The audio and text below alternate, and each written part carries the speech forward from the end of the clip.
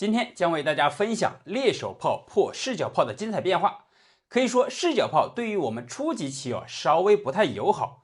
为什么这么说呢？我们直接进入精彩对局，为大家充分讲解。红方当头炮，黑方也架当头炮，这样就形成了一个猎手炮。此时红上马，黑方选择马八进九，红方出车抓炮。在这里前面我们讲过，黑方炮八平七的话，就形成了一个足铁炮，也被局中秘称之为撵炮。那么它还有第二个变化，就是炮八平六，这样的话抢先的占据内道线，同时也是视角炮。就目前布局流行的说法，称之为五六炮。那么走到这里之后呢，为什么说对我们初级棋友稍微有点犯难呢？主要是第一，它占据内道线；第二，它这里始终让你走不到马八进七。这样的话，子力出不来的话，相对而言，我们比较喜欢走当头炮双正马的朋友就稍微有点犯难了。那么该如何行棋呢？我们不妨借鉴一下古朴的思想，直接车二进八就升到下二线，主要目的接下来平车过来可以压马封制住黑方的一路车，同时还有一个作用可以尾随跟住他的六路炮。此时黑方赶紧先选择马二进三，那么走到这里之后呢，红方一计不成呢，再升一计平车跟住炮。这样的话，始终既有先手抓炮，同时将来上马的话也是顺理成章。黑方目前有两个变化，士六进五以及士四进五称是保炮，也是补后中路的一种情况。首先我们看他士六进五，那么这里走完之后呢，红方抢先进兵，挺兵制马，黑方出车抓炮，红方跳马，这样结成担子炮。黑方也来了一个来势汹汹进车，此时红方出车。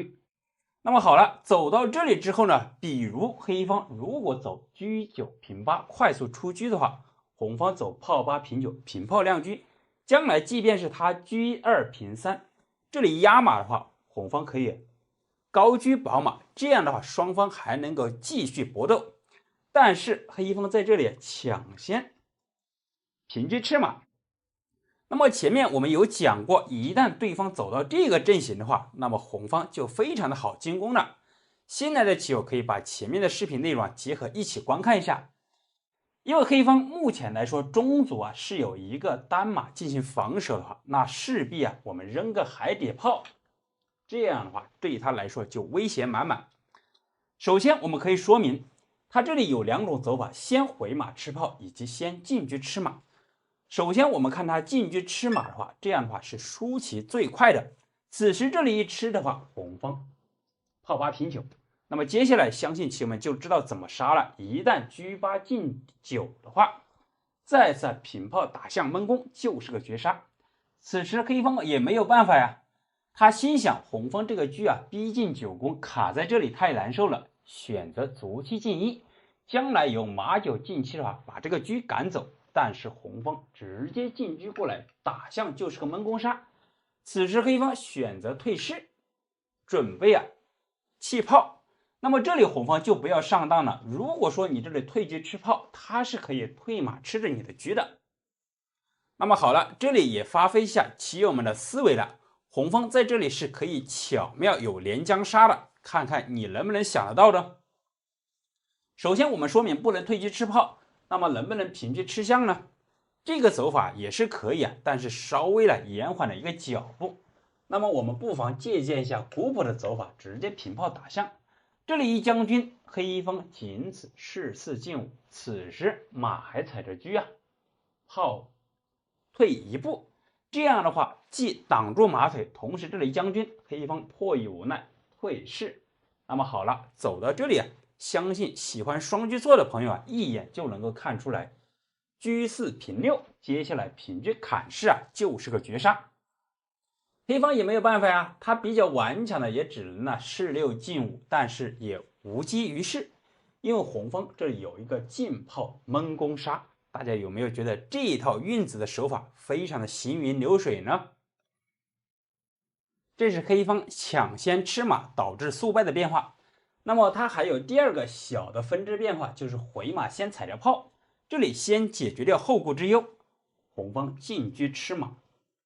此时黑方也进车吃马，吃完之后呢，红方直接中炮发出，这里一炮正五子，接下来平车砍中士，就是大刀弯线的杀法。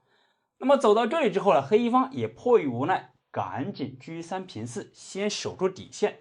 此时红方要切记了，如果说平车吃士的话，那这里他可以称是吃车，当你平车砍象的时候，他还可以退车回来进行防守。那这样的话，红方在这里白丢一军，但是红方又该如何巧妙走呢？棋友们不妨看看是退车吃炮呢，还是有更加精准的走法呢？这里也是提升我们思维的时候了。那么我们不妨借鉴一下古朴的走法，先平车吃掉象，因为显然这里没有大刀弯线的杀法，吃掉底象的话，这里底线牵制依然有平车吃士这样的绝杀，这也是充分说明了有杀先看杀，反而吃炮的话会贻误战机。此时黑方也没有办法，赶紧退车回来守住中士。那么好了，走到这里看起来好像红方进攻不动了，如果说选择先退车吃炮的话，也是不错的一个想法。那么古朴在这里又走了一个士四进五，这步棋意欲何为呢？主要也是准备借帅助攻。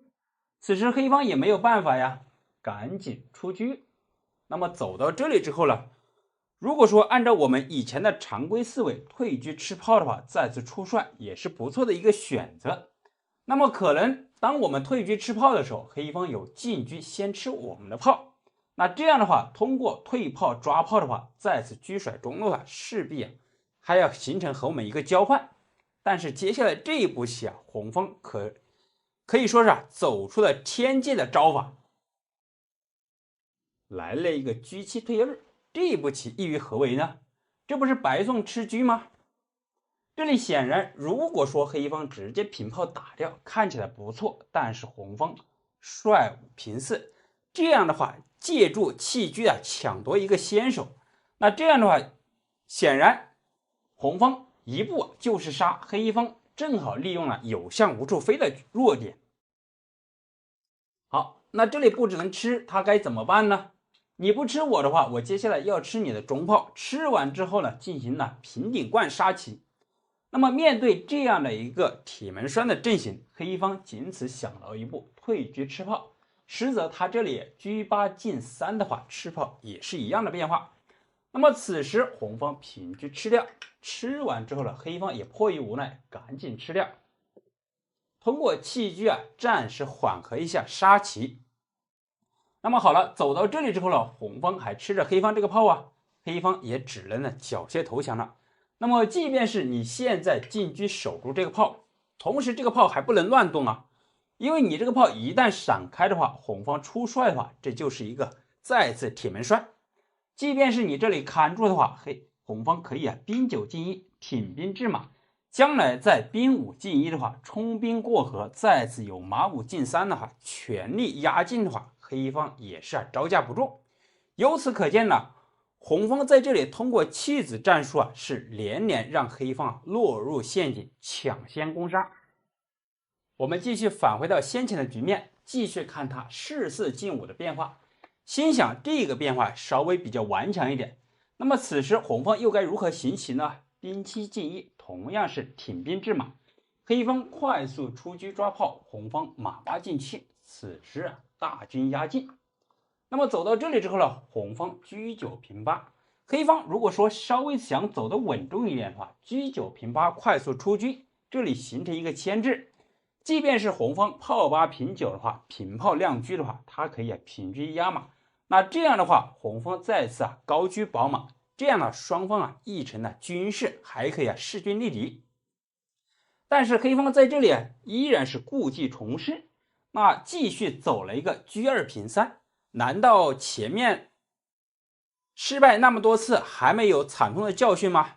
其实在这里古朴也是充分给我们说明一个问题，当你这个单马守住中轴的时候，始终要提防红方进炮下底，这样形成和中路炮遥互相应，二路夹击。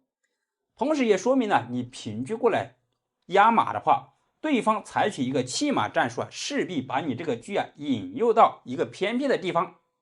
那么好了，此时我们继续看红方的精彩阵型。进炮一将军，黑方到底要不要退马吃呢？这里如果说你不吃的话，顺势能够炮8平9分边炮，同时不管你是退士还是飞象，接下来都有再次进车下2线。那这样双车一炮，包括中路在这里形成牵制的话，你始终有点招架不住。同时退士的话还能够吃6路炮。那么好了，我们看他直接选择退马吃掉，这样的话先解决掉后顾之忧。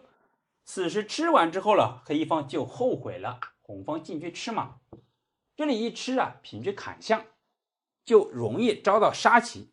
那么黑方现在也没有办法了，选择先吃掉马再说吧。此时红方又有2个变化，那么平车吃象的话，这里退士再次进炮打掉中卒一将军的话，也很容易形成一个绝杀。这个杀法我们在前面走过很多，我就不做过的演变。但是古朴在这里又给我们提供了第2个比较软的强硬招法，在软招里边还能够找出强硬的心态，这可谓是一种境界。好，我们直接看看古朴的走法，直接进炮打掉中卒。这步棋意欲何为呢？起初让我百思不得其解，难道高手看不到这一步平车砍象的招法呢？实则我们带着疑问再次往下观看2步棋就会发现古代高手行棋的思维高妙之处。那么这里打完之后，显然接下来平车砍象就是个绝杀。黑方要么将5平4出将的话，先解杀的话，将来即便是红方吃掉象，将请上2楼，但是红方也有飞象，这样的话再次进炮打掉中士的话，一炮破双士，势必也是红方赢棋。但是黑方在这里就走了一个车3平4，意在当你平车吃象，我可以退车回来进行防守。那么如果说真要走到这个局面的话，红方再次称势的话，那这样的话依然是能够从左翼形成铁门栓。但是红方在这里也来了一个将计就计，称势，这里吃车，先抓一步车，看看黑方如何表态。黑方顺势就退车抓炮。那么好了，走到这里之后了，相信细心的朋友就会发现问题。那么前面红方这里也没有退车吃炮，心想是有杀先看杀。那么这里为什么这样走呢？此时大家就会发现引诱黑方抓炮，同时这里炮打边卒的话，就形成了一个边打2怪。那这里打着9路车，打着4路车，黑方必丢1车，这样的话也形成了黑方不战自降。好了，今天这个思维也是值得我们借鉴和学习。今天继续为大家分享龟背炮第2局，喜欢当头炮的朋友一定要过来看一看。我们直接进入主题，红方当头炮，黑方上马。红上马，黑方在这里抢先起横车，出直车，黑方退炮，这里就形成了比较经典的龟背炮。龟背炮的作用，它在2路线非常的通畅，同时灵活性比较强，将来弹性空间也比较大。走到这里，红方采取进兵，发起中路突破，黑方飞象补后中路，再次进兵，这里就打通中路，黑方进卒吃掉，依然双方挑起战端。此时红方上马，那么走到这里，关键招法前面我们一局已经提到过，本局我们再来复习一下。红方中炮现在盘头马，你什么时候走盘头马的时候进炮打卒，窥视中卒的话，我什么时候还击炮8平5，跟你来一个正面应对应。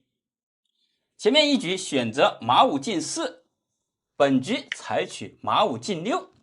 那这样走的话，他的目的上马踩象，再进炮打，开局一马破双象，有利于后续长兵械双炮双车作战。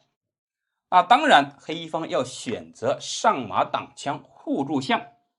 此时红方一计不成，另生一计，选择马6进8，目的是引诱黑方进炮打炮，在这里想他先打，当然，它主要目的上马将军抽车，黑方上拐角马化解这个阵型。红方箭在弦上不得不发，你不打我的话，我将来就要打你的，同时还有出车。打完之后，黑方上马吃掉。那接下来目前来说，在棋理上面啊，黑方明显占优。红方现在这个马走到角落里，后方子力啊，目前来说没有出动，可以说千里迢迢奔袭到前方，影响其他子力出动。启动后方力量，马八进七，目的马七进五，想进再次中炮盘头马，进卒斜马，那也没有办法呀，活通马路进兵。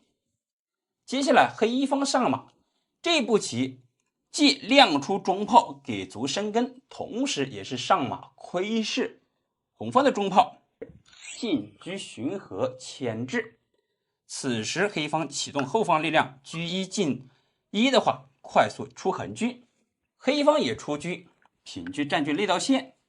此时红方上马，那这里黑方就得要注意了，务必要防一手。比如说现在红方上马踩卒的话，黑方如果说进车捉双马感觉很不错，但是红方进兵正好利用黑方象卡住的车卡住的象腰，所以说在这里黑方选择进车先提前防守，那么红方选择侧翼出车，上马踩卒，踩完之后进卒捉双马，此时上马，目的引诱红，黑方平车吃马，将来回马将军反抽。那当然在这里啊，黑方肯定是不会上当的，同时红方这双马还是有一定的威胁。为什么这样说呢？虽然说黑方目前来说车马炮三子在这里既有灵活的组合，同时也有很强的防守，但是红方后方有一个当头炮，始终能够和前方双马形成一个汇合，主要是当头炮牵制。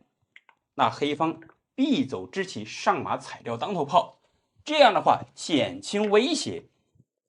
那么好了，一旦拔掉你的后盾，前方显得劳而无功。接下来黑方进卒吃兵，目的引诱红方回马吃卒，然后踩着车。一旦红方这样走完之后，退车打马，那这个马前去无门，后退无路。当然黑方目前来说阵型比较稳固，红方箭在弦上也不得不发上马将军。黑方平炮，其实他很想平车吃掉中卒，但是黑方这里平炮是有目的的，前车后炮，进车砍底式。所以说在这里红方不能轻举妄动，选择称势。当然这里我们也回复一下棋友们，在很多情况下大家认为这里会不会能不能走士六进五呢？实则如果说看过局中秘，讲过很多斗炮局的，大家就不难发现，我们在任何时候称势的时候要看一下那道线，不要把自己的老帅的唯一逃生要道暴露在对方车口之下。所以说在这里红方比较稳妥的就是士四进五，黑方平卒实行了手拉手。接下来红方出车抓马，黑方顺势上马踩着红方这个马，那红方也没有办法，选择回马。此时黑方称势上马，这步棋既吸住黑方的炮，同时还踩着黑方这个车，但是这样走完呢，稍微有帮忙的嫌疑，因为黑方抓着车的话，他车四平六的话，既占据那道线，将来可以帅将五平六，同时也是封锁对方的老帅唯一逃生的道路。那么好了，走到这里，目前来说黑方已经呢阵型稳固，红方车双马没有什么攻势，只好采取启动小兵，因为他的子力不好出动啊。黑方出将，摆脱这一个卧槽马的牵制。接下来有平炮打马，当然他也有进车吃进兵。先前这里进兵，同时也是引诱黑方上马吃掉，想进车捉死马。那么好了，棋友们在这里可以思考一下，接下来黑方走了一个比较凶狠的棋，看你能不能想到呢？首先说明一下，红方车双马这个阵型呢，它没有任何攻势。这个车在这里又过不来，此时黑方选择车9平8，这是什么目的呢？就这里跟你强行对车。如果说你这个车闪开的话，进车下底，结合内道车以及千里照将，迅速沉杀，只好硬着头皮吃掉，回炮打掉。打完之后瞄着双马，那么好了，这里红方又该如何摆脱这个危机呢？这里红方选择了进车跟我们腰对，实际上这里平车对掉，你回马踩掉，再次平炮打掉也还是可以的。显然黑方还是占优，包括前方还有双卒，明显黑方兵强马壮。但是稳妥起见呢，这里黑方并没有选择贪吃，进车卡住相腰，下一步棋暗藏有进炮，然后借助老将进行了底线绝杀。那么现在红方也没有办法，这里打着马呀，先逃一个吧。此时上马，车马前方上马就是个绝杀。他很想走平车占据7路线，这里看守，但是有平炮打马。当然呢，或许退车回来的话，感觉也可以进炮下底。在这里看起来黑方这个炮还在老家，实际上对前方红方的子力有非常大的牵制，那没有办法，仅此称是挡住马。那接下来红方就采取了妙手运子，进车先将一军，将5进1，平车吃士，瞬间借助这个高调马的优势破掉双士。现在红方这个车调不过来，如果说马走开的话，也没有好的位置。当然回马的话，这里感觉也还可以，他也是担心这里被牵制，选择退车。此时退车吃士，下一步棋进车就是绝杀。红方抢先平车占据内道线，这里先手来一个将军。那么好了，这里大家要看看黑方这步棋走得非常的高明，炮8平6，看起来是为老将挡枪，实则是平炮过来，借助红方这个车成为炮架，使得你这个老帅依然是来不了4路线，下一步棋进车也同样是个绝杀。那么现在古朴选择的是退象的变化，为老帅上3楼腾出一个道路。当然呢，我们接下来也为大家介绍一个新的精彩招法。我们首先看红方退象，那这里黑方进车将军，那没有办法，仅此一步，帅5进1。当然接下来进卒就是个绝杀，也不用多深事端。那么这个车反倒在这里借助黑方这个炮，把自己的这一列4路线进行了一个封锁。好，我们返回来，当然这里如果说车走开的话，平车闪开的话，我们就如何沉杀呢？这里又借鉴了一个精彩的杀法，送佛归西。当然黑方依然是退车将军，帅5平4，此时再可以平卒将军，马控制老帅来不了中路，车控制底线。那现在这里将军无论你是回马还是平车的话，那这里都是进卒，将来依然是进卒沉杀。你这里回马的话也是白送人头。好了，棋友们，今天第2局就为大家介绍到这里。下象棋会用马而不会用炮，是不是非常痛苦的事情呢？那么今天我们将结合古朴局中秘，为大家介绍非常巧妙的用炮手法，同时也说明了今天这一局红方采取弃双车一马，快速攻杀。好，我们直接进入主题，红当头炮，黑顺炮。此时红上马，黑也上马。红方抢先车1进1出横车，黑方车9平8出直车，这就形成了非常简单的顺炮横车对直车的变化。接下来红方车1平6占据内道线，黑方并没有选择深车过河，而是走了一个士4进5。这一步棋看起来有略处，其实它也有一个好的走法，既补后中路，同时也防止红方车6进6的话，进车过来抓炮抢夺这样一个先手。此时红方进车卡住，这里导致一个输棋的主要点呢，就是这步棋补士，同时把将门暴露在红方车口之上。黑方马2进1，防止平车过来吃炮压马。此时红方兵7进1，为什么说走这步棋呢？如果说走其他子力的话，黑方有卒3进1的话，挺卒制马，显得红方右方的子力备受牵制，出子速度比较慢。好，那么走到这里之后呢，黑方车8进6，深车过河，准备平车吃兵压马，红方抢先马8进7，平车吃掉。这也是刚才为什么这里补后中士，主要是平车吃兵压马的话，这里有进车吃马，红方就没有进炮打中卒这样一个抽车的手法，同时也说明大家都是当头炮补后中路也是势在必行。好，那么走到这里之后，红方直接马7进6，可以说这步棋一马踏四方威风八面。前面棋友们应该见识到了，前面4局用马的技巧，以马换炮非常的精彩。这里既有马6进7、马6进5以及马6进4的话，前踩马后炮，后踩车。好，那么其实黑方很想走炮2平3以及炮2平4，主要是一个思路就是车1平2出车，因为这里有炮以及车把黑方这个一路车封制的死死的，出不来。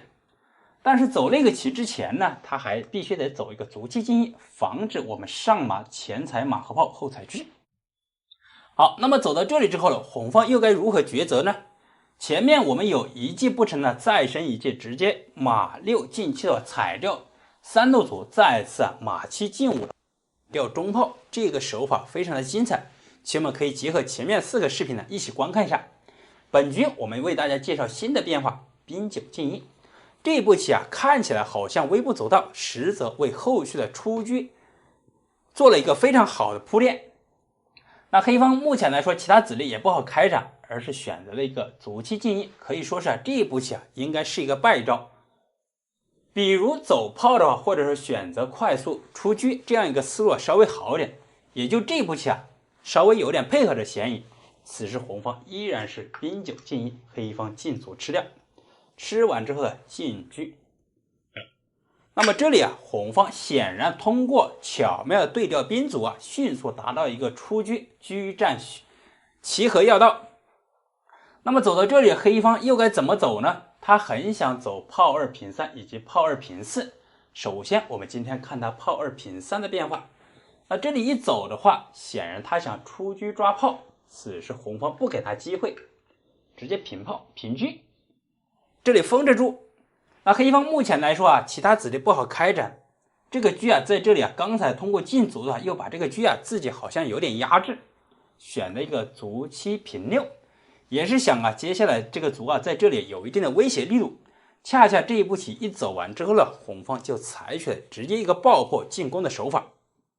好，棋友们可以跟着一起思考一下，如果说你是红方的，接下来如何行棋呢？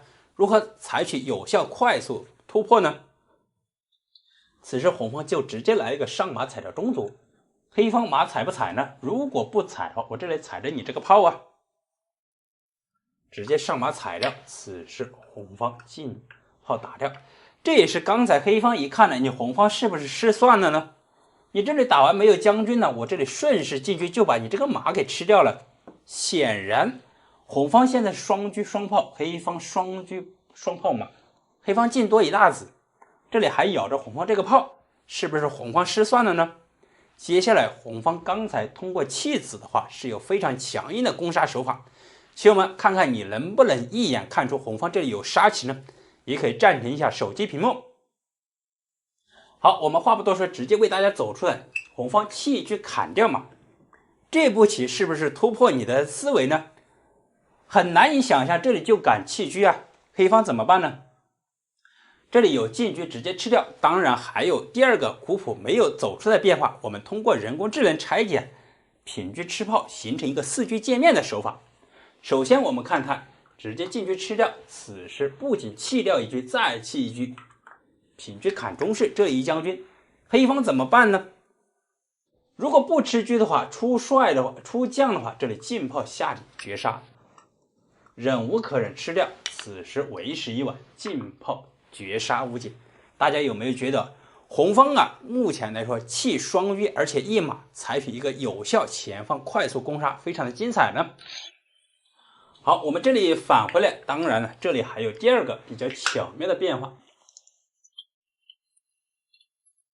就是在这里，当红方进车吃完马之后，黑方他可以选择不吃你这个车，而是平车吃炮。这里采取一个4车见面，如果说你退车吃我车的话，我退车吃你车，这样不起感觉比较顽强。实则在这里，红方依然有巧妙手法，进车吃掉底车。那你敢不敢吃这个车呢？如果说此时直接吃掉的话，平车砍象，绝杀无解。黑方也没有办法，迫于无奈，赶紧平车占据内道进行防守。此时依然平车吃象，这里江浙军呢，仅此再次退车回来。那好，这里又是小小的关键点了，感觉我们好像接下来平车吃车的话，对调车单车炮胜双炮也是可以的，但是这样的话稍微多生事端。比较强硬的就是车8进1，形成了双车联手，底线再给他来一个吸星大法。此时黑方这个车走不动啊，也仅此平车砍掉我们这个车。即便是你进炮打兵的话，我们双车砍车绝杀。好，平车吃掉。好，大家有没有觉得这两个非常精彩的弃车手法以及吸星大法在底线进行一个绝杀，非常的精彩呢？如果说觉得不错，请为我点个赞，在此也非常感谢。那这里是黑方炮2平3的变化，接下来我们继续看黑方炮2平4，这里又是今天非常精彩的部分。此时红方该如何突破呢？感觉好像有上马踩着中卒，依然是故技重施，黑方马七进5啊。但是黑方当你红方踩的时候，黑方完全可以不用理会啊。这里就形成了他这个炮占据内道，你这里再次弃车了，反而劳而无功，他随时有退炮回底线进行一个防守。同时这里不吃你马的话，选择车1平2的话，这里出车抓炮，既有马踩马，车吃炮，还有车压制住你这个3路马，显然红方3个子力备受牵制。所以说红方这里如果说上马踩中卒的话不太合适，那该如何走呢？依然是马6进4，这一步棋强行换马，可谓是一招致命，突破思维。首先我们可以看这里，感觉好像我可以不理会你你吃我马的话，我可以平炮打掉。但是这里踩着车怎么办呢？感觉有平车过来抓马，但是红方可以马4进5的话踩掉你中炮。不管你象吃还是退车回来防守，红方都有进炮过来形成一个牵制，这样的话又演变了前面4局的内容。好，这个变化棋友们可以结合前面视频往前翻看一下。黑方迫于无奈直接上马踩掉，此时红方平车吃马。好，那么走到这里之后呢，黑方心想目前来说交换完毕了，赶紧车1平2，选择抓炮。这里抓炮，这里吃着马，红方该如何走呢？棋友们，你们有没有平时下棋时常遇到2个子备受牵制的时候呢？好，大家可以跟着一起思考一下，接下来这招棋也是突破我们的思维。红方直接采取进炮压制车，这里就弃马，这是需要非常大的胆量与勇气的。那黑方怎么办呢？红方难道这里走的话直接弃马是有什么后续的手段呢？这里我们可以简单的说明一下。首先不让你黑方出车，同时这里有平炮暗瞄中士，这里也是引诱黑方吃马。此时黑方没什么好棋可走，进车吃马，吃完之后呢，中炮发出，一炮正5子。好，那么走到这里就是今天最为精彩的部分了。接下来红方有退车吃炮，这样的话感觉你黑方也有退车进车吃炮了，但是吃完之后呢，红方可以车4平6，双车联手进行了强行铁门栓绝杀。那黑方这里眼看吃炮不成呢，此力也走不动，选择一个车7退1，心生一计，心想如果说你吃我的话，我可以平车吃掉你中兵的话，这里一将军抽掉你中炮，但是红方抢先了平炮打掉中士。这步棋啊，从中路进入9宫强行突破，黑方怎么办呢？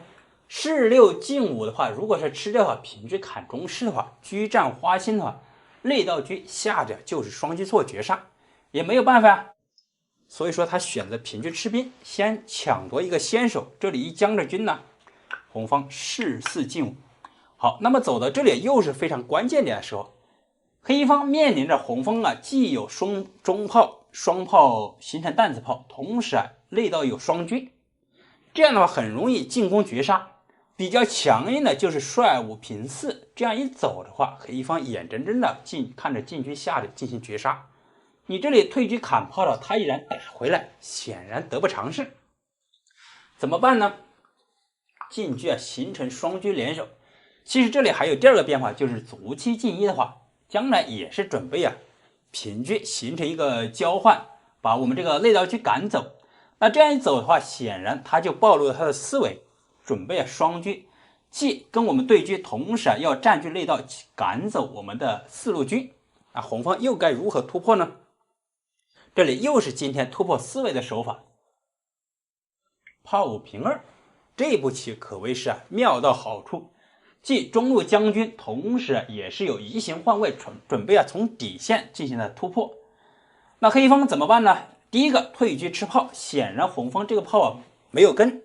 第二个是平炮闪开。首先我们看退车吃炮的话，这里显然中炮以及车对红方帅有所牵制。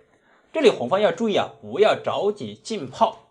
如果说你进炮的话，他这里有平车占据内道跟你对车，当你这里抽着车你只好，我们首先演变一下进炮的话，他这里平车将军，你还不好飞象，这里吃着车感觉好像有平车，但是他退车这样一守的话，显然红方劳而无功，还延缓脚步，子力受牵制。所以说在这里红方比较好的走法，暂时先不要进炮，帅5平4的话，既摆脱牵制，同时接下来进车砍底士就是个绝杀，他这里也没法平炮以及平车，仅此称是。好，那么走到这里接下来进炮下底一将军的，无论是黑方象7进9还是退士的话，红方都是进车下底绝杀无解。这也是前面这里弃炮精妙的手法，采取移形换位，从底线突破。好，我们这里返回来再看他第二个不吃炮的变化。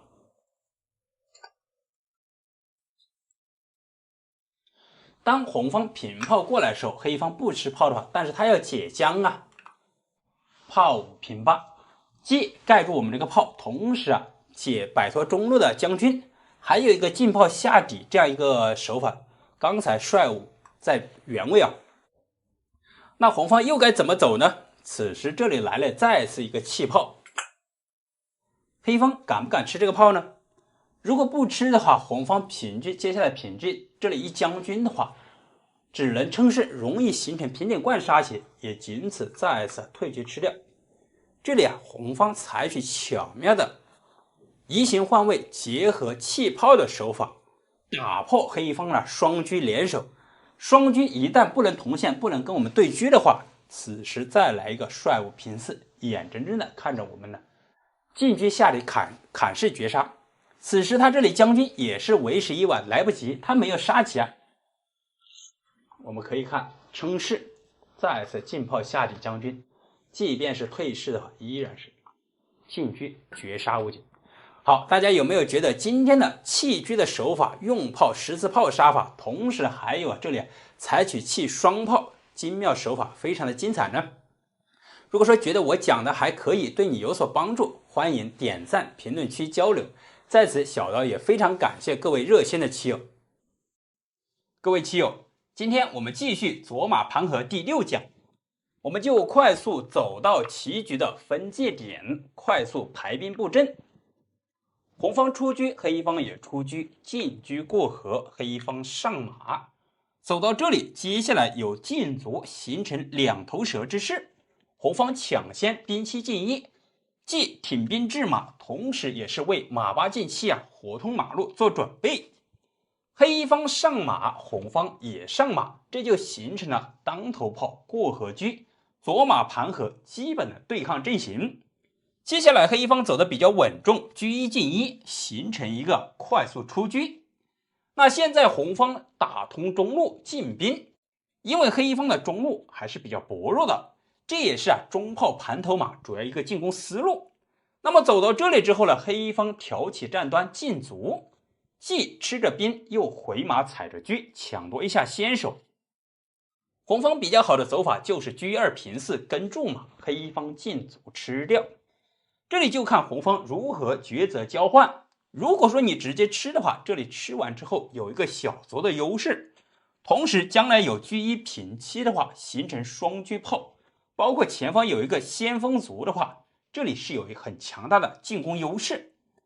那么在这里红方选择继续进兵，那黑方炮八平五，既补后中路，将来又有反弹之势。此时红方再次冲兵吃掉，黑方也不得不上马吃掉，因为这里威胁着炮，如果说退炮的话，这个小兵在这里形成了非常大的威胁。那么好了，棋局发展至此的话，现在红方有几个抉择呢？平车吃马、退车吃马，还有回马窝心。那么前面我们为大家介绍的两个走法，平车吃马或者说回马窝心，这两个走法稍微都有点软招。它还有第三个走法车九进一，第四个走法退车吃马。今天我们继续看第三个走法车九进一，相对而言更加积极一点。那么现在黑方又该如何行棋呢？这两个马是黑方必须要解决的重点问题。首先说明他这个中路马是离不开被红方这个炮牵制，即便是你进炮打掉，他还是可以平炮给你翻掉之后呢，依然是对中路有所牵制。那势必这个六路马就是要解决问题的关键。实际上在这里黑方有两个走法，可以说一好一差。比如说首先我们看他逃马的变化，经过前面一局的优势，我们选择马六进八，看起来很不错将来有这个小卒，既可以进卒吃马，同时也可以护住这个马马六马八进六的话，既有卧槽又有挂角，看起来很不错。但是红方这个车九进一的话，守住下二线，这个马就没有任何攻击力度。同时此时红方可以大胆平车吃马，因为下一步棋进车吃炮，这里就有很大的抽子的威胁。现在黑方是称士呢，还是炮五退一呢？比如说你称士的话，无论你士六进五还是士四进五，它都有车九平六、车九平四占据将门，将来等红方称完士之后，容易形成铁门栓杀棋。那么好了，在这里我们首先看它比较顽强一点的话，就是炮五退一，也是防止你这里抽。那现在黑方又该怎么走呢？显然黑方这里目的平炮要打车，红方称士补后一下，现在就可以抽了，既有抽车，同时又隐藏着有杀棋。你这里进卒吃马都来不及，因为红方这个炮实在太厉害了。那可能有朋友会认为，我现在打车是不是能占一点便宜呢？实际上你这样一走的话，红方正好来一个车五平六，接下来有帅五平六，还有车九平六，双车夺底式就能够形成杀棋。你这两个炮被完全牵制住。当然看起来这里好像还有一个走法，我能不能进炮给你打掉呢？这里不就多留了一个道路了吗？实际上这步棋稍微有些推波助澜，因为红方依然是平炮打掉先手将着军。现在你炮离开的话，上马将军，连上马带进攻的话，可以说这个阵型黑方招架不住，那只能选择称士，他还只能选择士六进五，因为如果说士四进五的话，出帅这就没棋了。那现在这样的话，车九平六依然有铁门栓杀，只能将五平六。此时平车一将军，现在这个老将出来容易，但是回去就比较难了。比如说将六平五的话，那么好了，帅五平六，这步棋就是个绝杀无解，守都守不住了。所以说在这里他只能选择平炮挡枪。接下来红方马三进五的话，可以说这个棋局啊，红方可以快速拿下阵营。我们在这里分析一下，双车占据内道线，同时还中路马炮，一旦破掉双士之后啊，可以说快速能够绝杀。同时红方的子力形成一个正面进攻，黑方两个车啊看起来还是可以防守，但是兵力分散，始终握不成一个拳头。看来黑方在这里选择逃马的话，容易遭到红方的先手。那么黑方这里比较好的就是进卒吃掉马，接下来就进入了双方精彩的对攻棋局。现在红方退车吃马感觉也可以啊，平车吃马也不错。但是当然在这里车9进1的话，就是为了给我们展现出非常精彩的棋局。它比较好的就是车9平4，这里显得比吃马的话更有积极的走法。因为现在黑方这个马呀走不开，中路马又被牵制，这样的话一车一炮，使得他的子力反而变得比较被动。那现在这里也没办法，他进车守也守不住，马跳开的话进车砍士杀棋。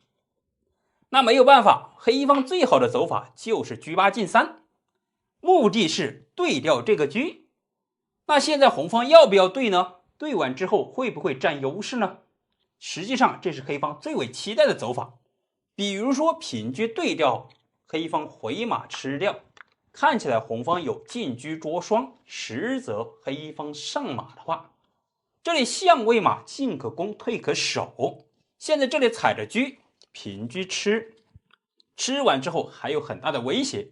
当然黑方这里有上马，这里一将军的话，帅5进1，此时黑方再次补后中路的话，你这里既没有抽，同时他的车炮被牵制，而且帅位不安，将来车1平4的话，再次将5平4，形成了快速杀棋。当然在这里这个变化继续往下发展的话，黑方也是明显占一点小优势。如果说红方想摆脱牵制，同时打破这一个阵型的话，选择进炮形成一个对子交换，飞象吃掉，吃完之后这里可以选择平炮把马打掉。当然这一轮交换完毕之后呢，虽说双方子力势均力敌，但是黑方始终有这样一个小卒在这里威胁，可以战线继续往下拉长的话，显然大家都是耗时耗力。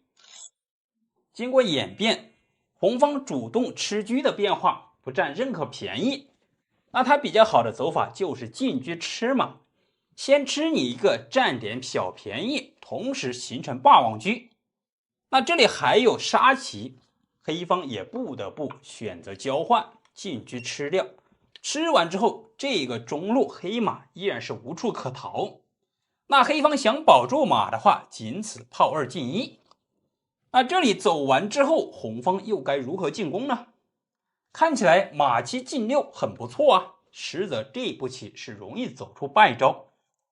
我们直接看一下，上马这里是马踩着马，你炮打的话我平车吃，但是黑方有一个先手进炮给你打掉，打完之后你要不要吃炮呢？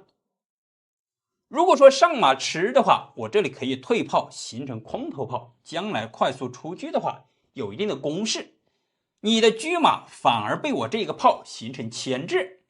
当然如果说你回马吃炮的话，我可以上马的话，反正吃了你一个炮，吃完之后这个变化走完，相对而言黑方不吃亏，平炮打着车，马又护着卒。如果说进去抓马的话，黑方稍微简单一点，可以把你中路这个马给你换掉。这个走法红方不占任何便宜。所以说红方在这里看起来棋非常的妙，但是实则也是有很多的小小伎俩在里面。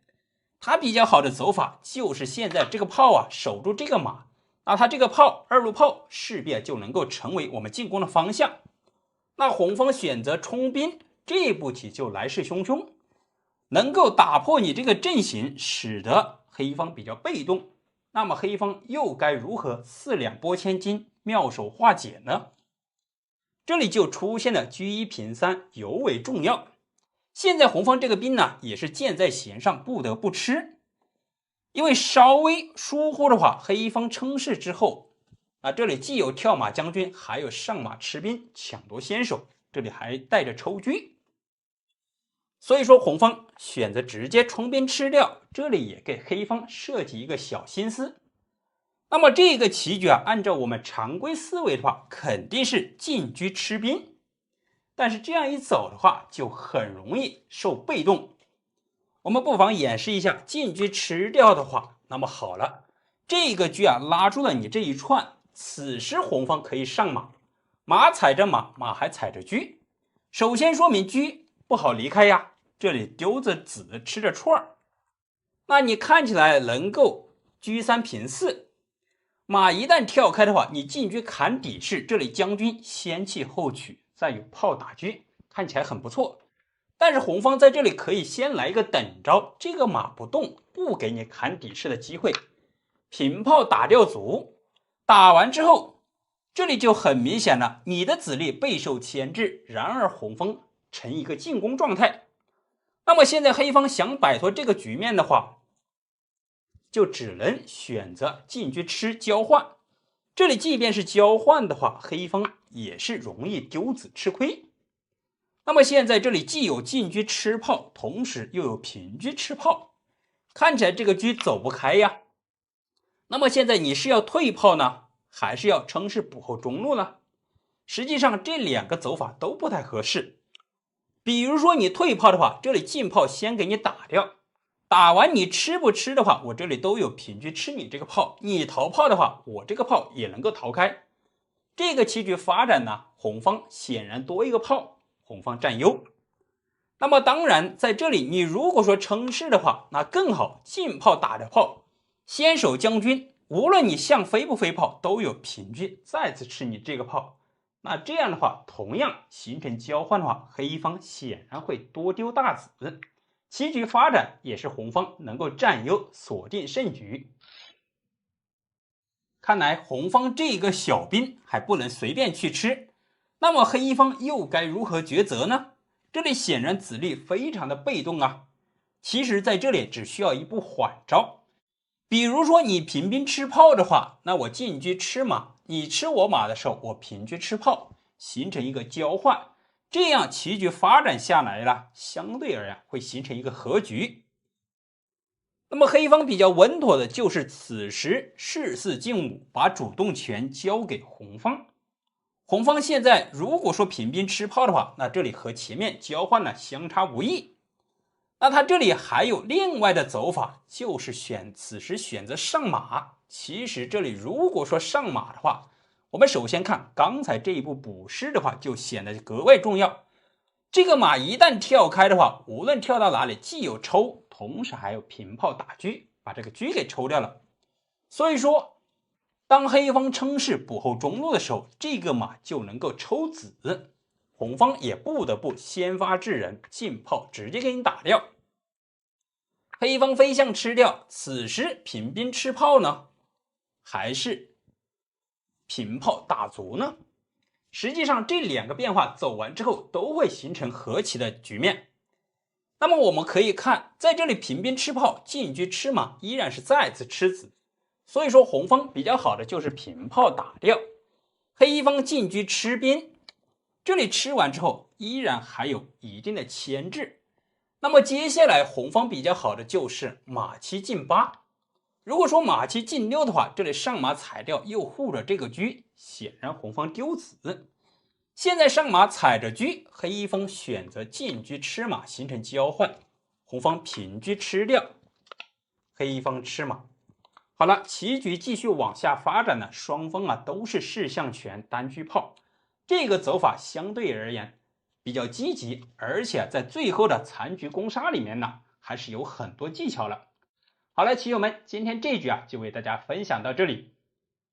今天我们将为大家介绍新的精彩杀法。那前面有为大家介绍过侧面虎杀法以及第二个组合的杀法全身而退，今天这局的杀法叫做凤凰3点头。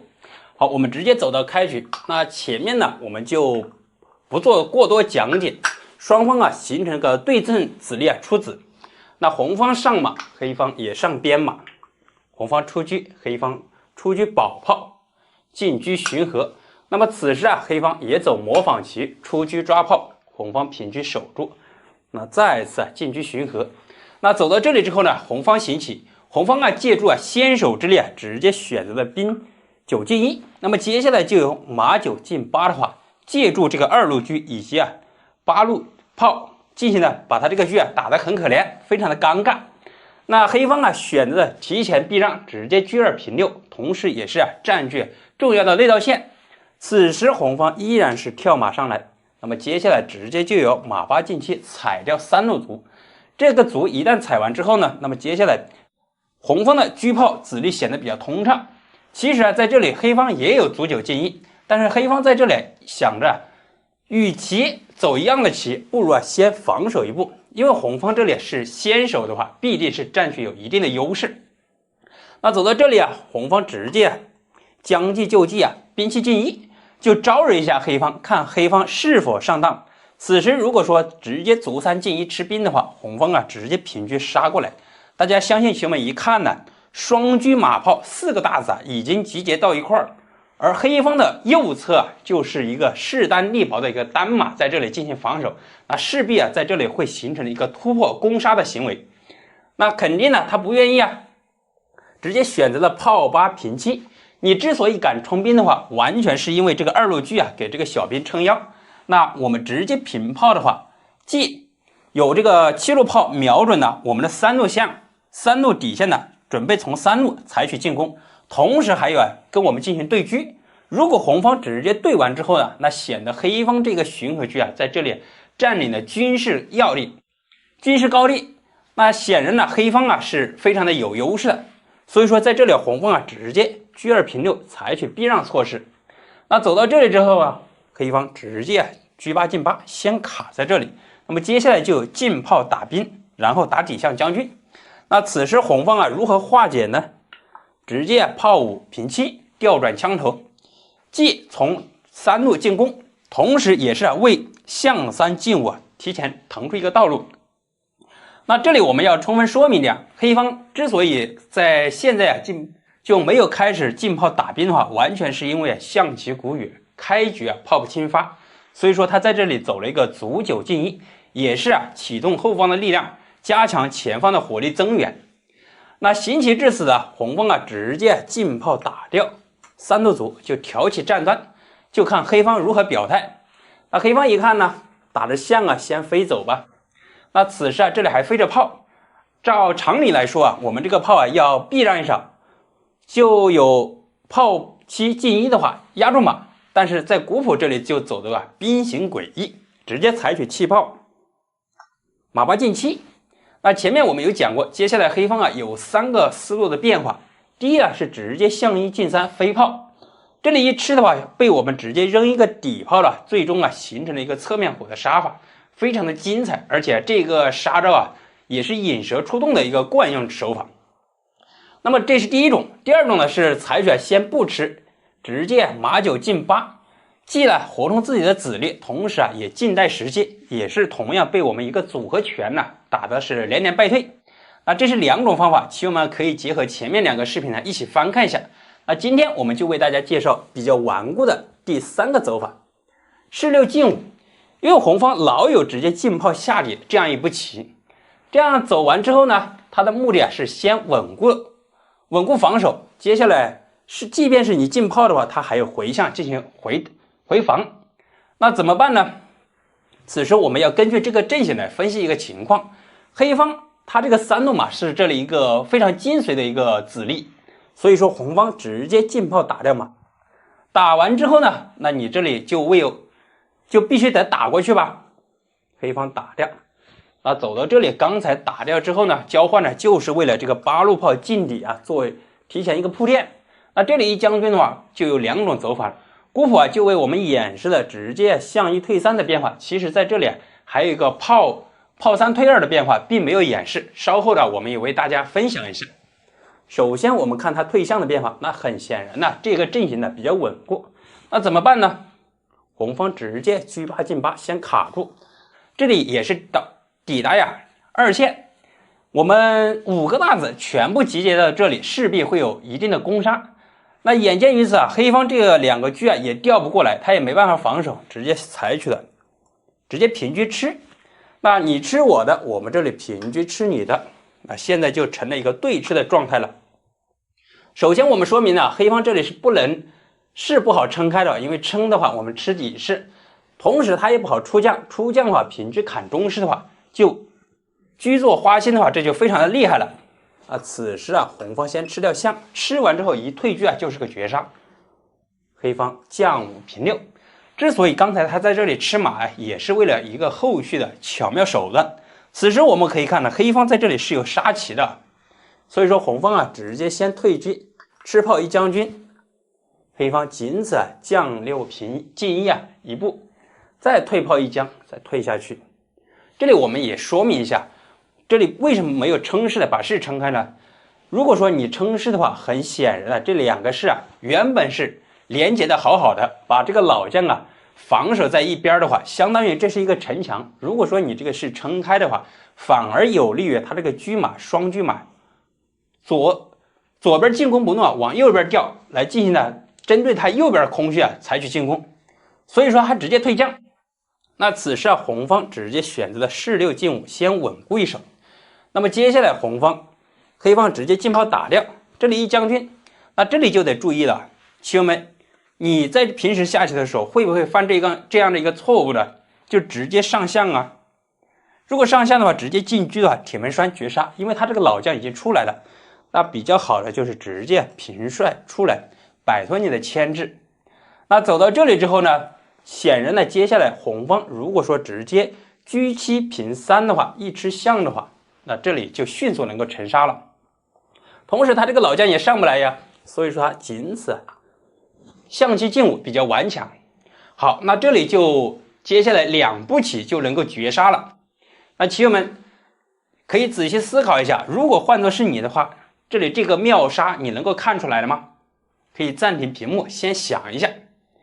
好，我们直接公布答案。平车砍象，这里砍象的话，黑方直接退炮打掉。其实他如果不打的话也不太合适。打完之后呢，红方上马踩掉。好，走到这里之后呢，接下来黑方只好缴械投降了。首先我们可以看黑方在这里是没有连杀的，而且黑方接下来是没有任何子力能够阻挡红方直接进车砍士绝杀。首先这个老将进不去，如果说进去的话，我们进炮下底闷杀。这里正好这个士是卡住了马腿，这个双士动不了，眼睁睁的看着我们红方进车砍士绝杀。大家有没有觉得这个杀法非常的精彩呢？好，棋友们，我们再返回到这里，前面我们有说了，还有第2个古谱并没有讲到的走法，就是当我们进炮下底将军的时候，他这里选择了退炮进行防守。